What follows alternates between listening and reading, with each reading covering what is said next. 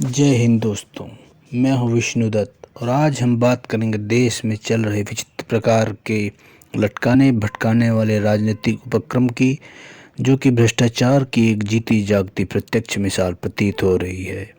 भ्रष्टाचार को दिया जाने वाला तेल की जनता का अपार समर्थन है, जिसका राजनीतिक दल तथा संगठन व्यक्तिगत तथा पार्टी हित को सर्वोपरि मानकर ही दुरुपयोग करते हैं। भ्रष्टाचार देश में हो या सरकारी विभागों में, चाहे प्राइवेट उपक्रमों में, जो सरकार से मान्यता प्राप्त हैं तथा सहायता प्राप्त हैं तथा जनता को सुविधाएं उपलब्ध करवा रहे हैं, भ्रष्टाचार तभी करते हैं जब उन्हें यह पूर्ण रूप से ज्ञात होता है कि वे भ्रष्टाचार करके पूर्ण रूप से बच जाएंगे या उनके बच निकलने के सैकड़ों रास्ते हैं। भ्रष्टाचार करके बच निकलने के भ्रष्टाचार से सबसे अधिक हतोत्साहित सामान्य जन तथा गरीब आदमी होता है, जिसकी पहुंच औसत दर्जे की होती है।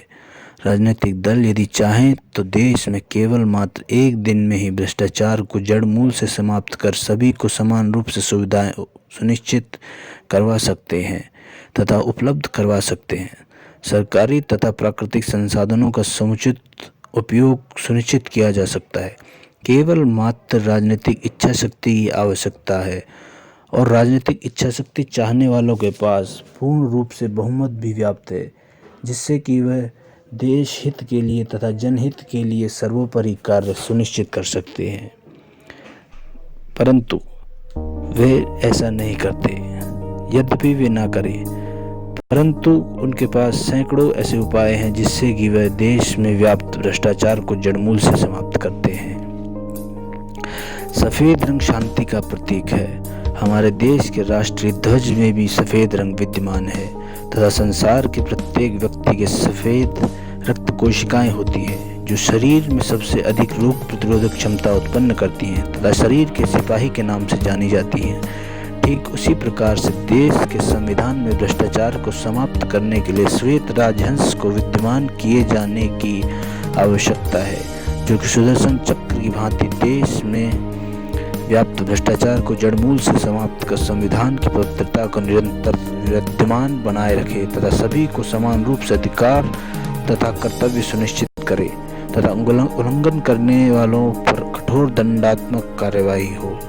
इससे कि उल्लंघन करने वालों के लिए कठोर दंड अत्यंत आवश्यक हो। जिस प्रकार से वीआईपी कल्चर को देश में समाप्त किया गया, ठीक उसी प्रकार से भ्रष्टाचार को समाप्त करने के लिए regular acquiring general human analyse neutral system की आपात आवश्यकता है, जो सामान्य जन के समक्ष उच्चाधिकारियों तथा नेतृत्व करने वाले लोगों की मस्तिष्क जांच व्यवस्था सार्वजनिक रूप से सुनिश्चित करेगा। देश में राजशाही को समाप्त करने के पश्चात लोकतंत्र की व्यवस्था में सभी की भागीदारी सुनिश्चित करने की दृष्टि से देश में लोकतंत्र को पुष्पित तथा पल्लवित किया गया। परंतु राजनीतिक नेतृत्व द्वारा आरोप प्रत्यारोप से सामान्य जन अत्यंत क्षुब्ध होता है और आरोप तथा प्रत्यारोप की सत्यता केवल उच्चाधिकारियों तथा नेतृत्व द्वारा सार्वजनिक रूप से किया जाता है।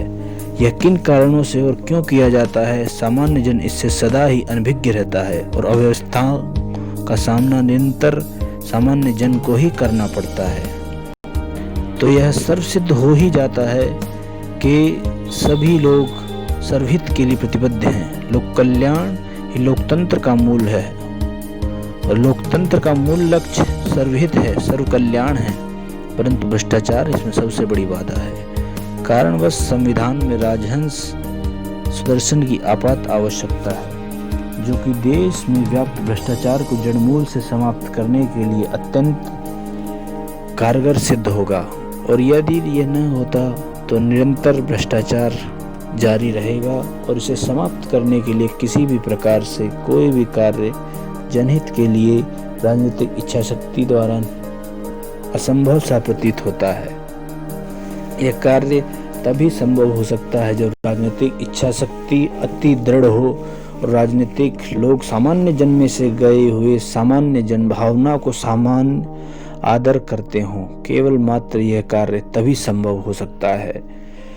जिस प्रकार से हंस दूध में मिले हुए पानी में से केवल मात्र दूध को पीकर पानी छोड़ देता है, ठीक उसी प्रकार से देश के संविधान में राजहंस की आवश्यकता, आपात आवश्यकता वर्तमान में आवश्यक हो रही है। यदि ये नहीं होती तो भ्रष्टाचार निरंतर जारी रहेगा। यदि आपको ये वीडियो सही लगे तो इसको ज़्यादा से ज़्यादा शेयर करें। जय हिंद, वंदे मातरम।